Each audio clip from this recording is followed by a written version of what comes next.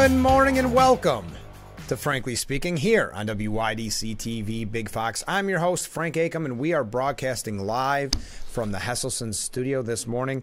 And I am assuming you may know a little bit about what we'll be discussing this morning. So please feel free to write in at any time about President Biden willfully keeping classified information, but unfortunately would come off as an elderly man with poor memory at the trial, as the scathing report reads. The president responding to it yesterday, where some even speculated. I got a first wave.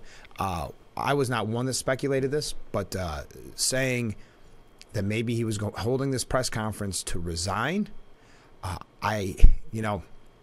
Yesterday on the program, I talked about it quite extensively, that is this, as the media started covering the mental decline, and then this report comes out. I remember we were talking about it yesterday before the report comes out.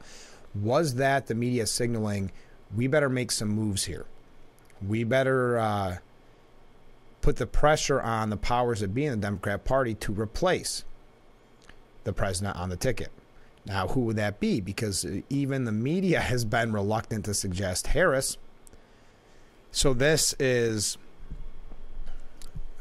let me take a step back. The Biden campaign is defending it, saying there's nothing to see here. The president himself is saying that, though then later having gaffes in his speech.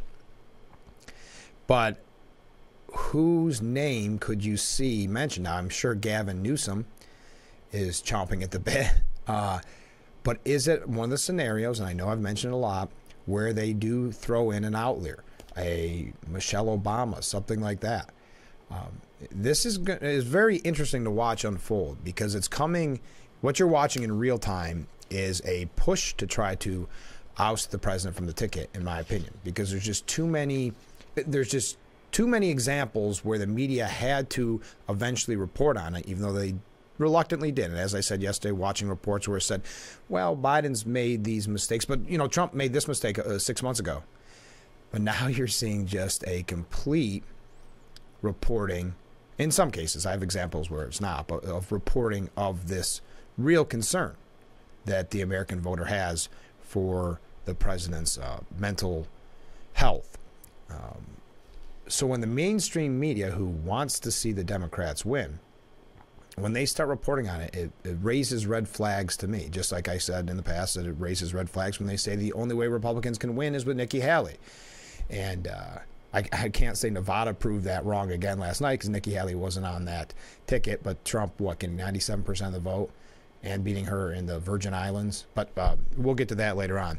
I'm just kind of setting the scene, because I also should mention that we have two special guests on the program this morning. First up, Jim Griffin. He's going to be telling us about the first annual Pintwood Derby Championship. I did not say that right. Pintwood. It's an adult 21 plus fundraising event for the Five Rivers Council Scouts attending Camp Gordon in 2024. And as an adult, you'll get to race a Pintwood Derby. We'll hear all about it. I won't do a good enough job explaining it. So we'll hear from Jim Griffin in just a little bit. Also, we're going to hear from Georgia Verdier, our good friend Georgia Verdier, the president of the Elmira Corning NAACP. We have a special coming up here on Big Fox very soon, next weekend as a matter of fact. And I'll be telling you more about it in the upcoming week. But on Friday next week at 10:30, right after our news, and then on Sunday at 11 a.m., we're having a very special presentation to celebrate Black History Month. And Georgia Verdier is one of our guests. And while we were talking, she mentioned an event, so I recorded a little segment of it, an event coming up this weekend that I want to promote. It's a quick little blip, but I think you'll find it interesting to hear from Georgia Verdier. So again, we got to take our first break. That's the number on the bottom of the screen. I know a lot of this information coming out in this report isn't surprising, because we've been seeing it daily for almost 4 years. But this one was really stunning in the language that was used by Special Counsel Robert Hur. So we're going to talk about that when we come back. Stay with us. We're just getting started on this Friday morning edition of Frankly Speaking here on WYDC TV, Big Fox.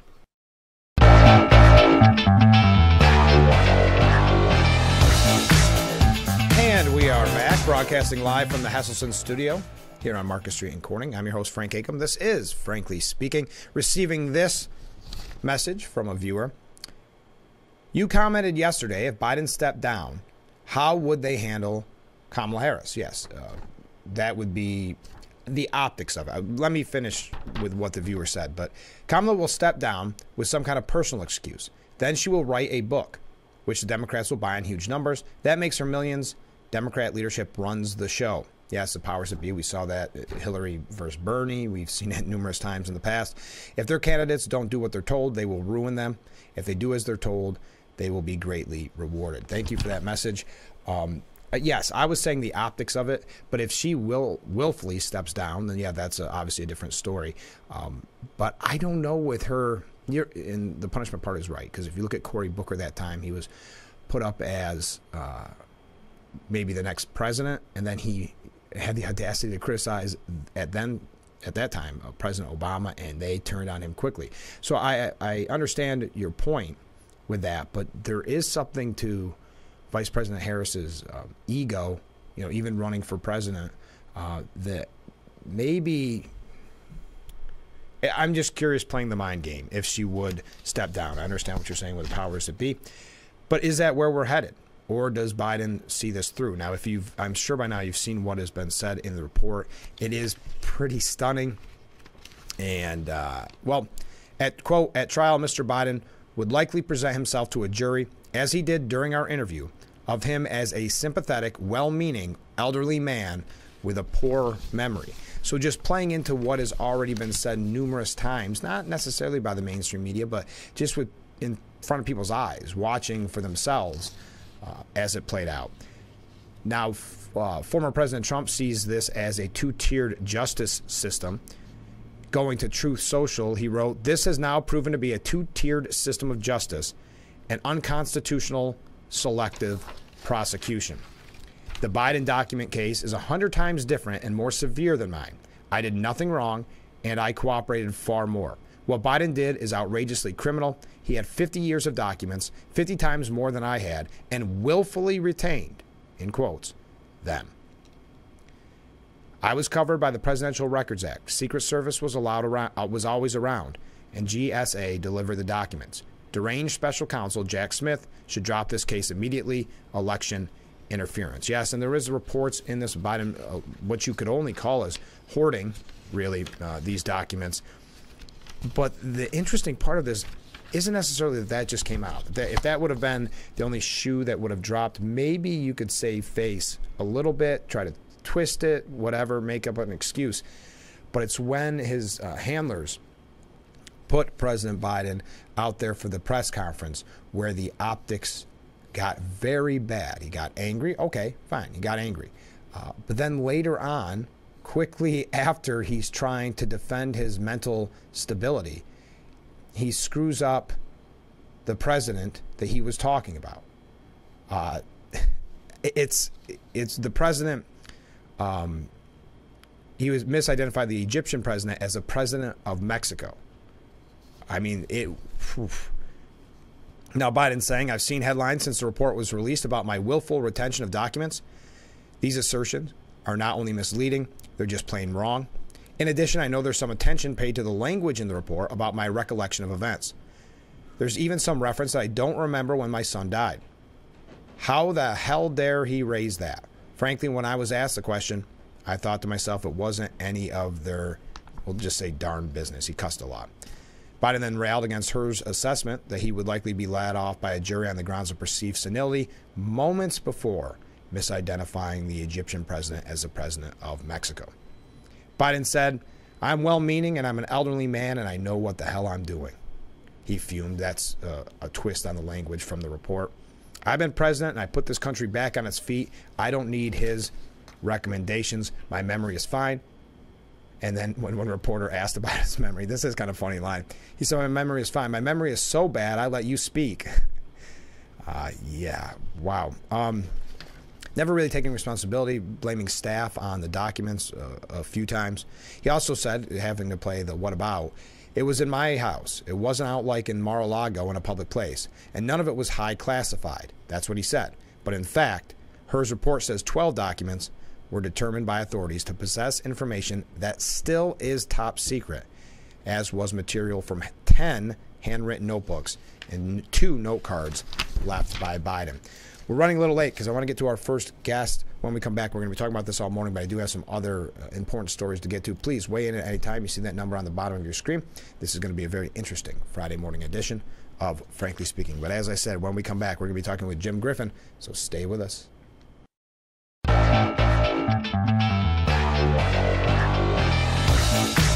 Welcome back to Frankly Speaking here on WYDC TV Big Fox. I'm your host, Frank Akam, and we are broadcasting from the Hesselson studio. And our guest this morning in that studio, Jim Griffin. Jim, thanks so much for being on the program. Well, thanks for having me, Frank. You've got a lot going on.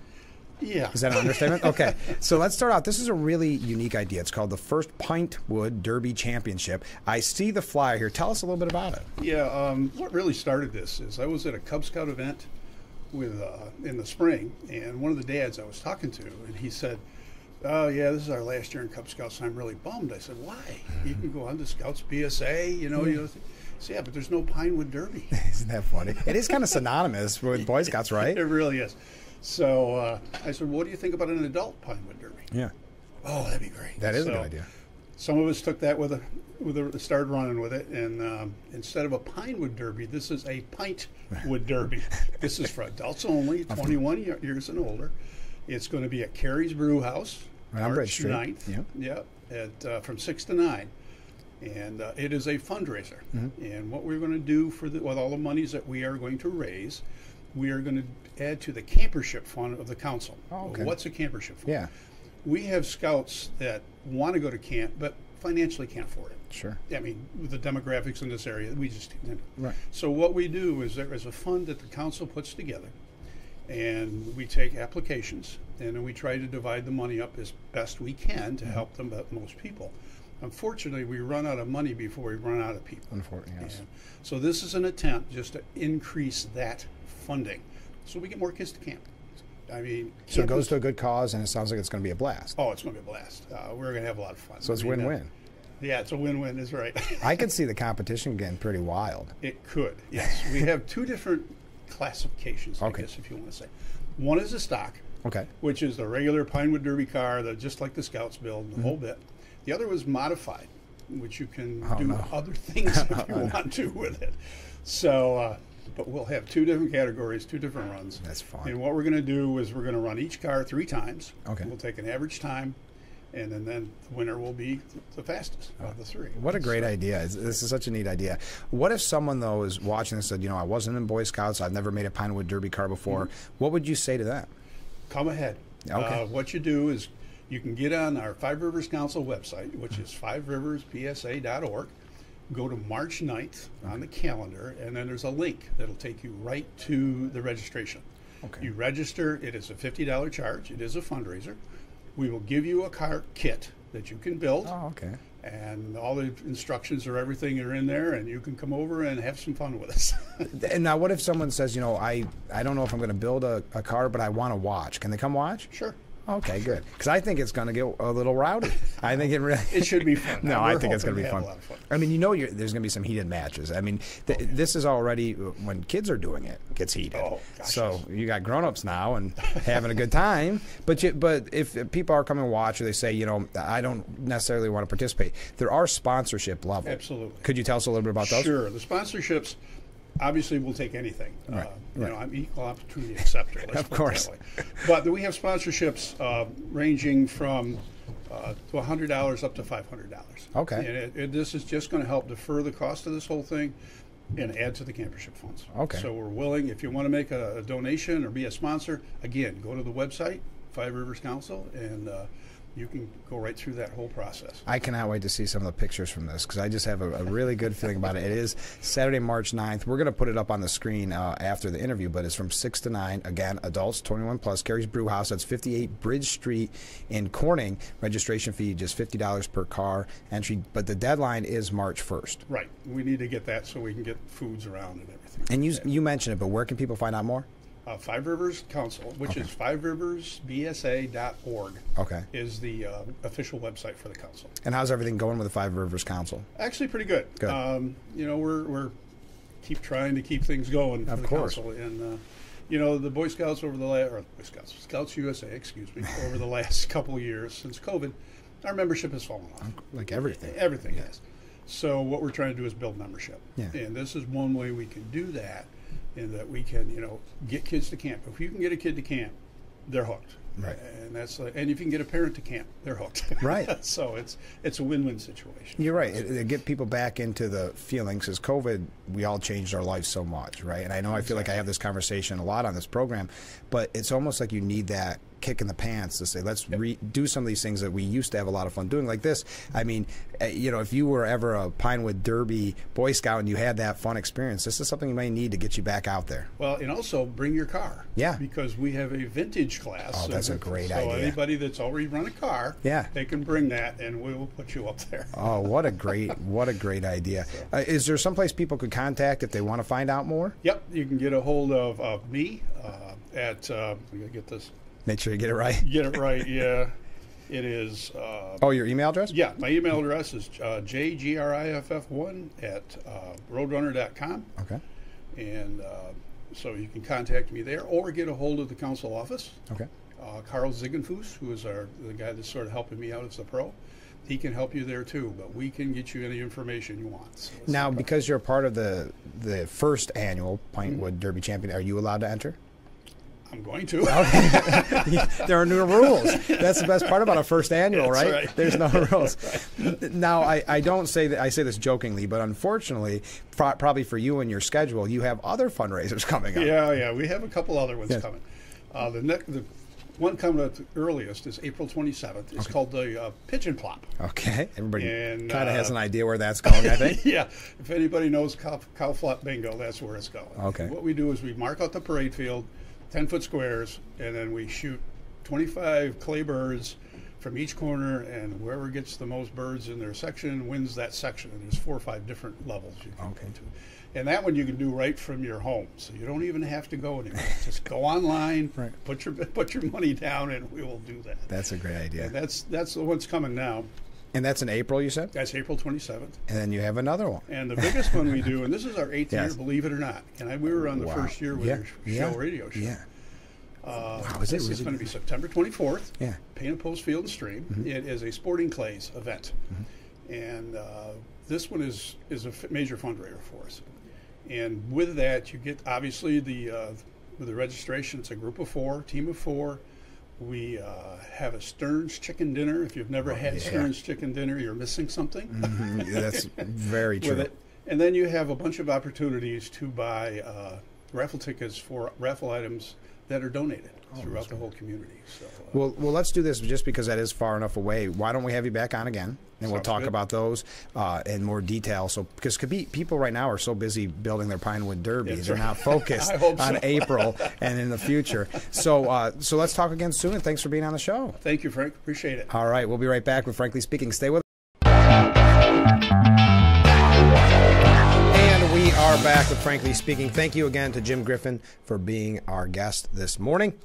Let's get right back to it. We received a message from a viewer.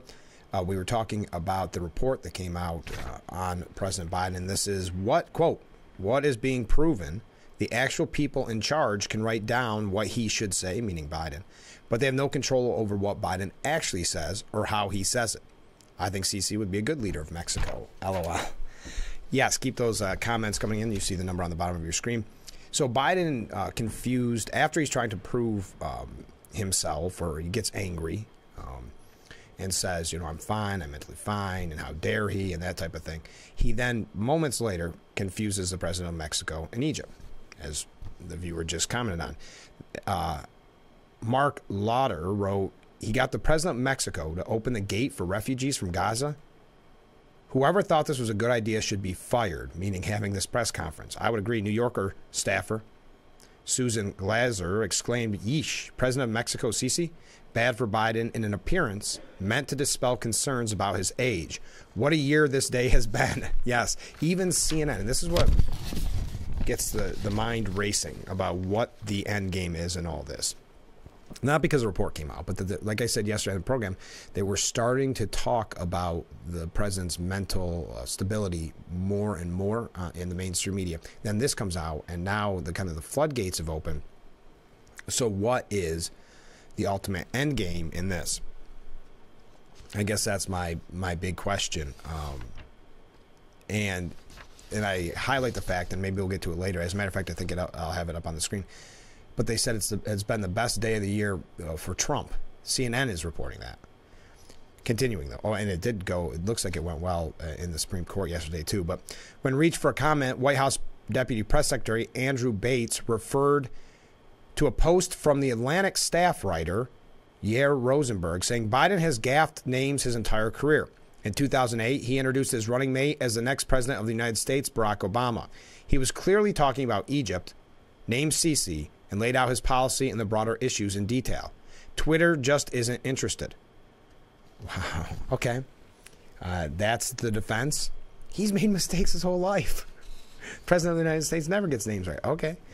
What they're saying at the Post, and I would be curious to your thoughts on this, which is, and this has come from the Post editorial board, Jill Biden and the Democrats committed elder abuse on Joe. Now they must force him to step aside. But when he steps aside, what's next? I know we had the one viewer saying that whoever they want, it doesn't have to be Harris. Interesting. I don't know if I disagree or agree on that.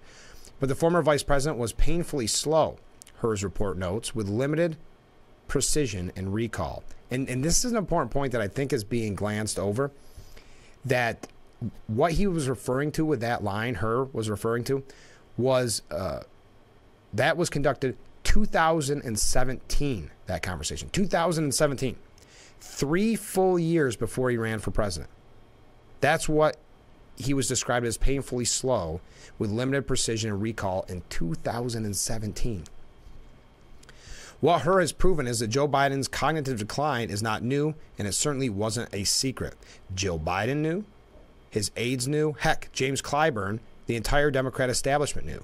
Yet, terrified that Bernie Sanders would win the nomination and then fail to take down their mortal enemy, Donald Trump, it was a weekend at Bernie's scenario to try to capture some Obama nostalgia.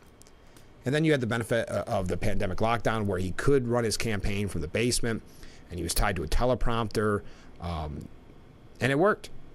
That's how they ran the first campaign. That's how they run the country, and that's how they're hoping to do again this year.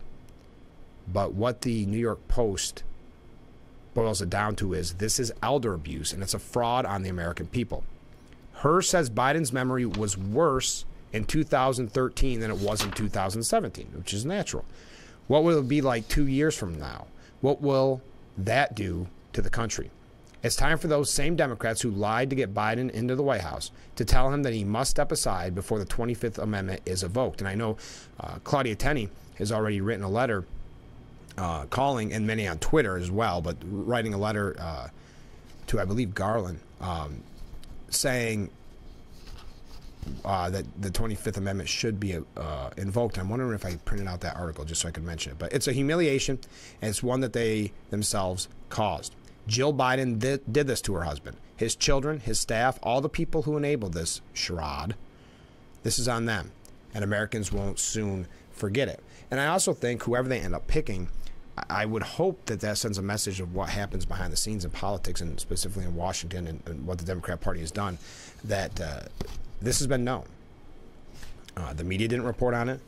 It's been, they've begrudgingly reported on it just as of recently, and they tried to tie Trump into it. So this is really a damning report, not just for Biden and for the people around him, but I believe also for the mainstream media. And James Bovard writes, Biden is not fit for president. This is a good point. If he's not fit to prosecute.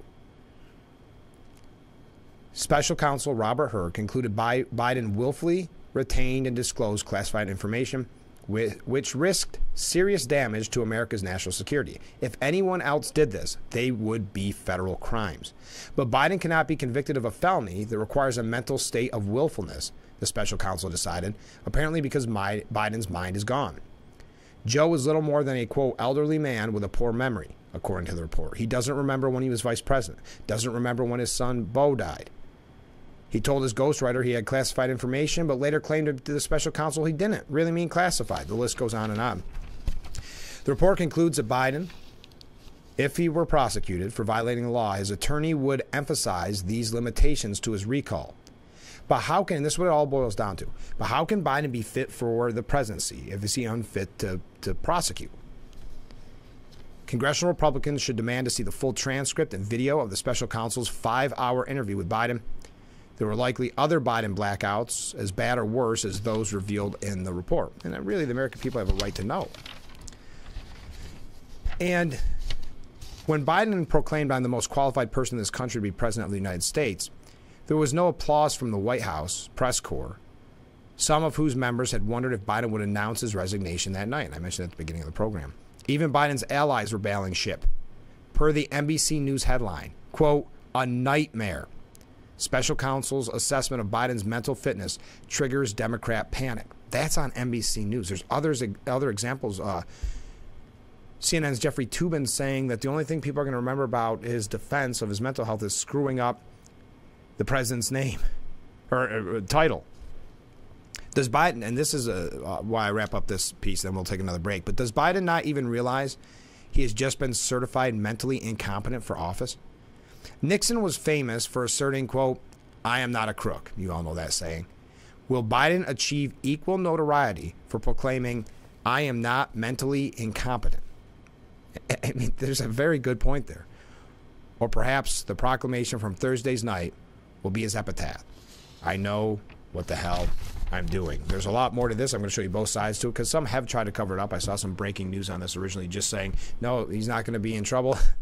Trying to cover, so they're not all on the same page yet, but they're attempting to get there. So we'll talk about that when we come back. I promise this isn't the only topic, but this is the big breaking news this morning. Also, of course, if you're just tuning in and not aware, it almost goes without saying, but Trump won Nevada.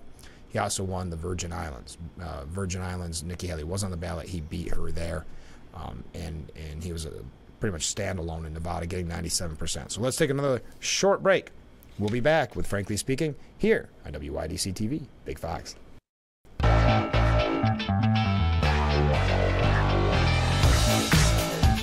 And we are back with Frankly Speaking here on WYDC TV, Big Fox. Quite a few comments coming in. Again, thank you to everybody going through on this topic and their opinion. I'm trying to... There we go. Frank, it was interesting that Biden said he didn't know what documents his staff was moving around or even where they were stored them. Yes, he did blame his staff a lot, by the way. What he didn't say, and I haven't heard if it was in the report, was how the documents originally got to his office. Neither he or his staff could legally remove them. That's a good point. This is an interesting one that you may see more talks of. If Biden gets any worse, he may end up running from a nursing home instead of his basement. And finally, why is there a double standard? Biden can get away with anything, but Trump is liable for everything. And that's something also I think has been a little overlooked in this. I know the former President Trump commenting on Twitter about the two-tier justice system, but there does seem to be real discrepancies in what Trump has been going through as compared to Biden. And that kind of painted Biden into a corner because he had to suggest yesterday at that press conference that he was mentally fit. So then should he make the argument that I should be prosecuted? I could handle that jury. I'd have no problem. I don't think they want to do that. Speaker Mike Johnson, not the best week for Speaker Johnson, but he said the president's press conference this evening further confirmed on live television that the special counsel what it reported online. This is not fit, or he is not fit to be president. Excuse me. Worded a little strange. I think I screwed that up a little bit. But as I mentioned, GOP Representative Claudia Tenney calls to invoke the 25th Amendment to remove Biden from office after the alarming Her report. This is an exclusive for Fox News. Claudia Tenney, right here from New York, is calling for the cabinet to explore the use of the Constitution's 25th Amendment to remove President Biden from office. And isn't that interesting? How many times they said that? Sorry, my eye itched.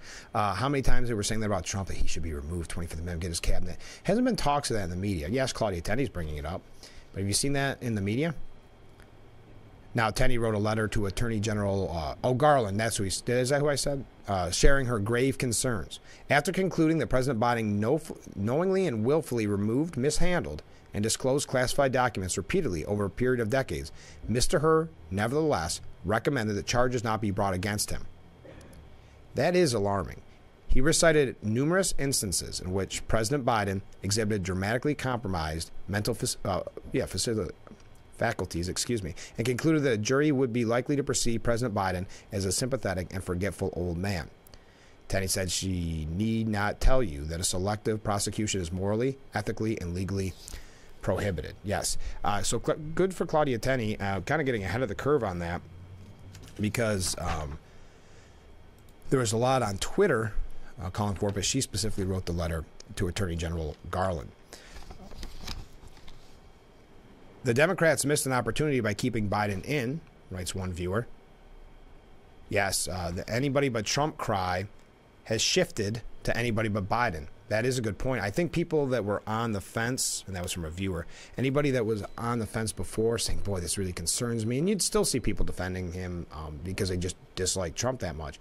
Now I think you're going to have to see a little bit of walking back of that. And there probably will be an anybody but Biden. There already was a little bit of that coming from certain factions of the Democrat Party. But will that grow? This is, before we go to our next break, this is what I highlighted earlier, but I wanted to give you the full quote. Jeffrey Toobin, anybody remembers his trouble there a while ago, CNN legal, and he still has a job at CNN. Isn't that interesting? Jeffrey Toobin was asked about this. He said, Mexico, where did that come from? That means the gaffe after trying to defend his mental health. I mean, that's the only thing anyone is going to remember from this. You know, he was exonerated here. Okay. And I think it's an easy call that he was exonerated.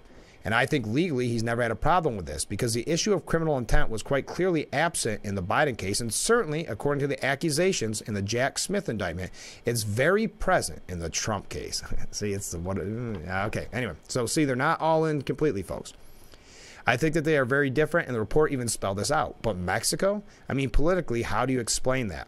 I don't buy that at all. Classified information. People classify so much. Oh, so now Jeffrey Toobin thinks, well, classified. Let me decide what's classified and what's not. People take classified information all the time. Oh, good to know. I think legally this is a non-issue. The issue was Biden's age. That didn't seem very helpful. I don't see them defending or putting down the classified and the various labeling of documents so much when it's Trump, to that viewer's point about the double standard. Yeah, you don't see that as much, but Jeffrey Toobin twisting himself up into a pretzel to defend Biden on this and blame Trump. But we've got to take another short break. Stay with us. We'll be right back with Frankly Speaking here on WYDC TV, Big Fox. And we are back with Frankly Speaking here on WYDC TV, Big Fox. I wanted to mention this real quickly, and we'll get back into the topics of the day. But I mentioned we had two guests this morning. Jim Griffin, we heard from earlier. Well, we've got a special presentation coming up on Big Fox on Friday the 16th at 10:30 p.m. and then Sunday the 18th at 11 a.m. and celebrating Black History Month. And our guests will be Georgia Verdier, Michael Joseph, who's a historian for the Tuskegee Airmen. We'll have a special look at the John W. Jones Museum. Well, I recorded our interview with Georgia Verdier the other day, and she mentioned an event coming up this Saturday. Well, you know, the special's not going to broadcast till next week, so it didn't make sense to play that next week, so I cut it out, and I told her, and I said, I want to play this so we can highlight your event, which is coming up on Saturday. So this is our quick talk, with Georgia Verdier. There we go. And I just want to tell you about one program we're having. You didn't ask me yet, but we're having a program at Friendship Baptist here in Corning on Saturday from 1 to 2:30, and it's a musical. And we haven't done this before. It would be gospel music with roots in slavery, because it's Black History Month. And the slaves were creative. They couldn't strategize or come together and strategize, so they sent messages through songs and codes through song. So we're going to have a musical at Friendship. And we have two praise teams, and we have this dynamic lady from Ithaca, Sing Treats. I don't know if you heard her, but she's a songwriter and actress and a whole nine, and she can sing. They're going to be there. And we'll have a narrator who will interpret the message of the song. For instance, if somebody was saying, "Wade in the water," what messages were the slaves sending through that song? So we'll have a narrator who will tell the messages.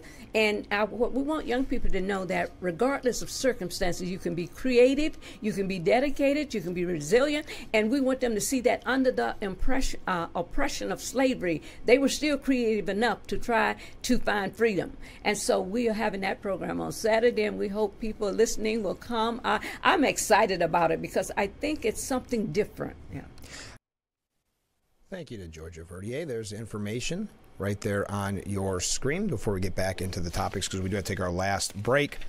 I want to keep that up for just a second. We're going to run through what the media had to say and then jump to a couple other topics and then call it a day. Boy, we're going fast this morning on Frankly Speaking. I can't believe it. Thank you for all the comments. Keep them coming in. We'll be right back with Frankly Speaking here on WYDC TV, Big Fox. All right, let's get right back to it. We're broadcasting live from the Hesselson studio. I'm Frank Acom. This is Frankly Speaking. I never thought I'd see the day where you'd see a headline like that. Trump has his best day of 2024. Now, I know it is only February 9th, but as CNN, and again, just red flags going up here, just curious of some of the things that are going on. But what they say is the former president was handed a political gift. Of course, that's the issue with Biden's age in the special counsel report. Then the screw up at the press conference. Then he's on a glide path to the Republican nomination. Trump romped in the Nevada and U.S. Virgin Island caucuses Thursday night, continuing his unbeaten streak and making Nikki Haley's campaign feel futile. Yeah, but she says she's going to Super Tuesday, but boy. And I mean, she wasn't on the Nevada caucus, but she didn't even do good in the primary she was on, losing to any other candidate. And he appears poised for a win, and this is an important one, at the Supreme Court. Justices expressed deep skepticism that Colorado could declare him an insurrectionist and bar him from their election ballots. They're going to, if you think it's bad now with these kind of tactics, keeping him off the ballot, with that report coming out with Biden and whatever the future holds for Biden, it's all, it goes without saying, the closer we get to November, the worse it's going to get with the media going after Trump. Another comment. I'm trying to help Kamala Harris out on her book deal. The thought being from the viewer that she will, if Biden drops out of the race, she knowing that she cannot beat Trump, will say, I'm going to step aside for whatever reason, and then write a book, make millions on that book. And he says, I have the title for her. And that little girl was me. And that's a good reference. That was the reference, if you think about kind of the irony of that. Arguably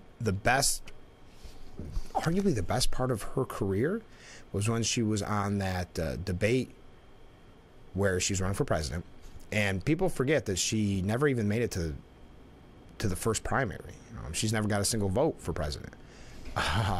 People forget that part of it. But her best line was essentially calling her now boss racist. Very interesting.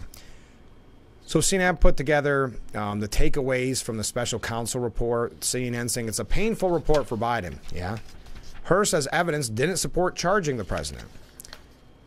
In addition, Mr. Biden's memory, this is later buried in the last paragraph, Mr. Biden's memory was significantly limited, both during the recorded interviews with the ghostwriter. They go through that whole quote, but didn't come until much later. So, see, they're not completely all in yet. Biden slams Her's depiction of him and misspeaks again. Of course, we mentioned that. Republicans get political gift from Her's report, and then they have to make sure that you know the differences with Trump's case. That's enough of that. We've got to look at all sides here, because that's what we do on Frankly Speaking. Stephen Collinson, obviously no fan of Trump, but also works at CNN, says that Biden made it worse. He tried to lay to rest age concerns, but may have exasperated them.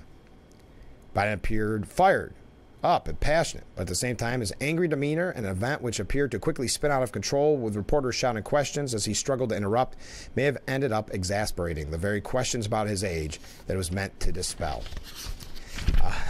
Yes, so that's Stephen Collinson. It's been not a great day for the Biden campaign. I would not want to be I would want to be a fly on the wall there. I wouldn't want to be working for that campaign. And even at CNN again, Peter Bergen saying, is Biden an out-to-lunch president? And he finishes by saying, this is why I find it interesting. On March 5th comes Super Tuesday, with 15 states voting for their delegates to be at the Republican convention. If Trump sweeps the table on Super Tuesday, All eyes will be on Biden's State of the Union 2 days later on March 7th. If Biden's performance is as shaky as it was when he talked to the special counsel, his assertion that he is the right guy to defeat Trump will likely be greeted with considerable skepticism. But if he pulls off another State of the Union as good as his last one, Biden is back in the fight. Back in the fight, meaning that he's out really at this point. Interesting take, number one. Number two, that he's still trying to make sure that everybody knows that Biden's fine.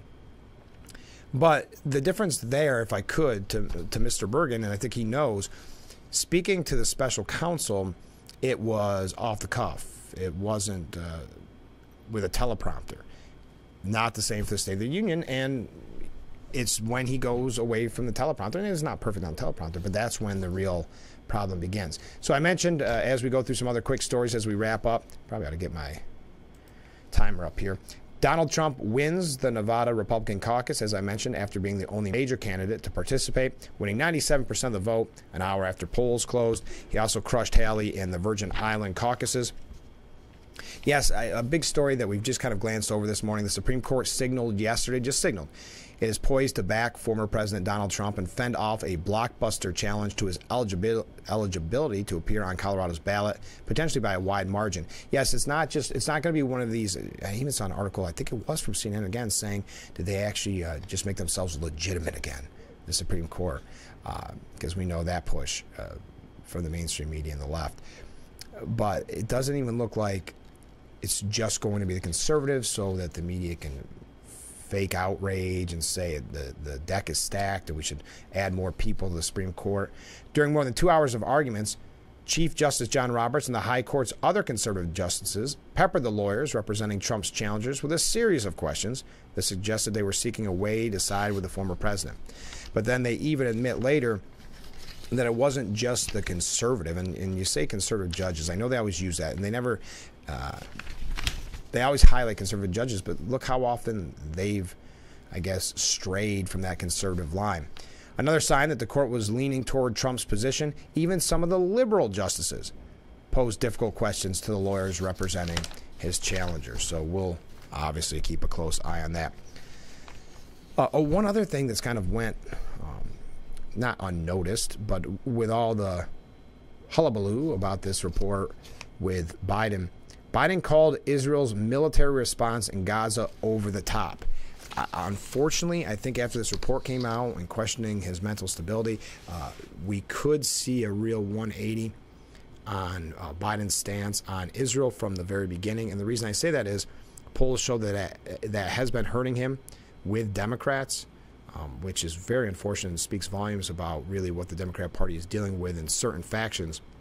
Which is this dislike, for lack of a better word, of Israel and Israel being able to protect themselves.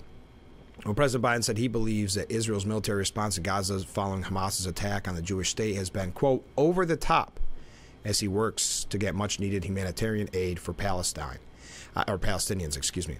I'm of the view, as you know, that the conduct of the response in the Gaza Strip has been over the top. And that hasn't always been his position, but he's going to start changing on a lot of things if he decides to stay in to get that base back with him. Because remember, we had that quote from Van Jones the other day where young people are starting to call Joe Biden Genocide Joe because they don't like his stance on Israel. So unfortunately, I think he's going to take a much weaker stance on that than we saw from October 7th. Oh, another, how are we doing on time? Not good. Democrat Senator Murphy, this is on Chris Murphy, excuse me. Did you see what he said on MSNBC's All In? They were talking about, the border bill and all that. He says, well, I mean, Chris, that's been a failed play for 20 years. So you are right that this has been the Democrat strategy for 30 years, maybe, and it has failed to deliver for the people we care about the most. The undocumented Americans are in this country. So what Democrat Senator Chris Murphy is saying is the people that they care about the most are undocumented Americans. in this country. That's his words, not mine, just bringing that to you. We are out of time for today's edition of Frankly Speaking. Thank you to Jim Griffin for being on the program. Also, thank you to Georgia Verdier for being on the program. We're going to have a very busy week next week, as you can imagine, so tune in every weekday morning starting at 7 for Frankly Speaking here on WYDC TV Big Fox. And another big thank you for all these great comments throughout the program. We will see you bright and early on Monday morning.